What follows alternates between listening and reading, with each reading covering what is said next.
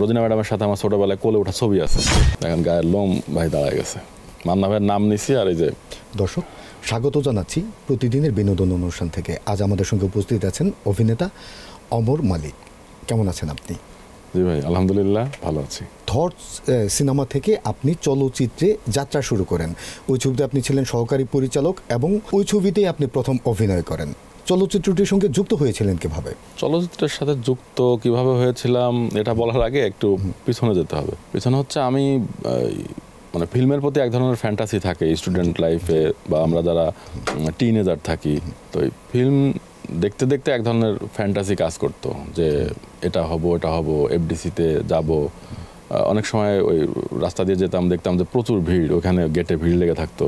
তো আমিও কয়েকবার গেছি, গিয়ে ওখানে পাত্তা পাইনি। বা ওই যে অনেকে বলে না যে ওখানে লাঠির বাড়ি টাড়ি খেয়েছে অনেকে, তা ধরেন আমার সাথে এরকম ঘটনা ঘটে গেছে হয়তো, বা যেটা আমার এখন এত মনে নাই, বাট আমি দৌড়ঝাঁপের মধ্যে ছিলাম কয়েকবার গেটে, এটা মনে আছে। মানে আমার এক কাকা, সে ওই অপটিক্সে যে ছিল, যিনি ছিল ওনার বন্ধু ছিল কুদ্দুস, অপটিক্সে কুদ্দুস আঙ্কেল, ওনার বন্ধু ছিল। তা ওই রেফারেন্সে আমি একবার এফডিসি ঢুকে আমি মোটামুটি ওই দিন অনেক শুটিং দেখছি।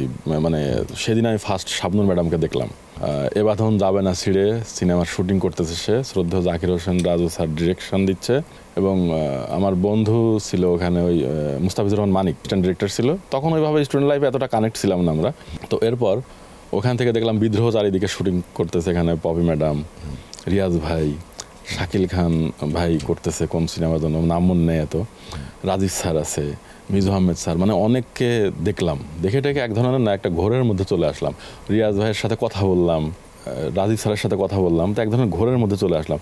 এরপর বাসায় আসলাম, তখন আমি থাকি সম্ভবত শাহজাহানপুর।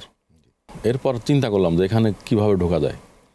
তো কাজী হাত স্যার আমার বাবার মানে পুরানো পরিচিত বন্ধু, ওনারা রাজবাড়িতে, আমার আব্বা যখন রাজবাড়িতে ছিলেন পুলিশ কর্মকর্তা হিসাবে, আমাদের বাসায় ওনাদের যাতায়াত ছিল। বিশেষ করে রোজিনা ম্যাডামের সাথে আমার ছোটোবেলায় কোলে ওঠা ছবি আছে, কখনো সুযোগ থাকলে আমি দেখাবো। দেখা আব্দুল জব্বার স্যার শিল্পী, কাজী হাত স্যার, ওনাদের একটা ই ছিল। তা আমি ওই পরিচয়টাকে হাইড করে আমি একেবারে মানে সাদা মাটা হয়ে জাস্ট ফ্যান্টাসি থেকে আমি এফডিসিতে যাতে যেতে পারি প্রতিদিন, মানে একটা আইডি কার্ড বা একটা আইডি দরকার, এই জন্য আমি মানে ধরের সাথে যুক্ত হই।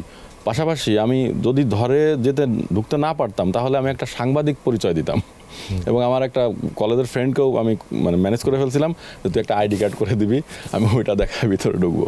ধরে হচ্ছে ওখানে আমার ওই যে আপনারা চিনবেন নূর আলম, আপনারা যেহেতু পুরানো লোক চিনবেন, নূর আলম, তারপর নজরুল ভাই, তারপর মামুন ভাই, এখন যে মানে চিফ এডিদের মধ্যে মনে হয় সবচাইতে ভালো বদুল আলম, তো ইনারা ছিল।